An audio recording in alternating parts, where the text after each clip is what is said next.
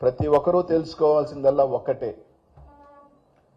ఏ ఒక్క టన్ను ఇక్కడి నుంచి బయటకు వెళితే ఎక్కడో దగ్గర పర్మిట్ కొట్టవలసిందే.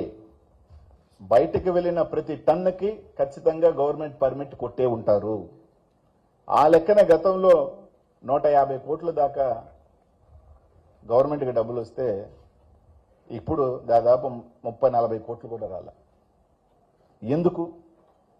ఈరోజు నేను కాదు, ఇక్కడున్న పత్రికా విలేకరులు అందరూ కూడా పార్టీలకు అతీతంగా మీరు సైదాపురం, గూడూరులకు వెళ్ళండి.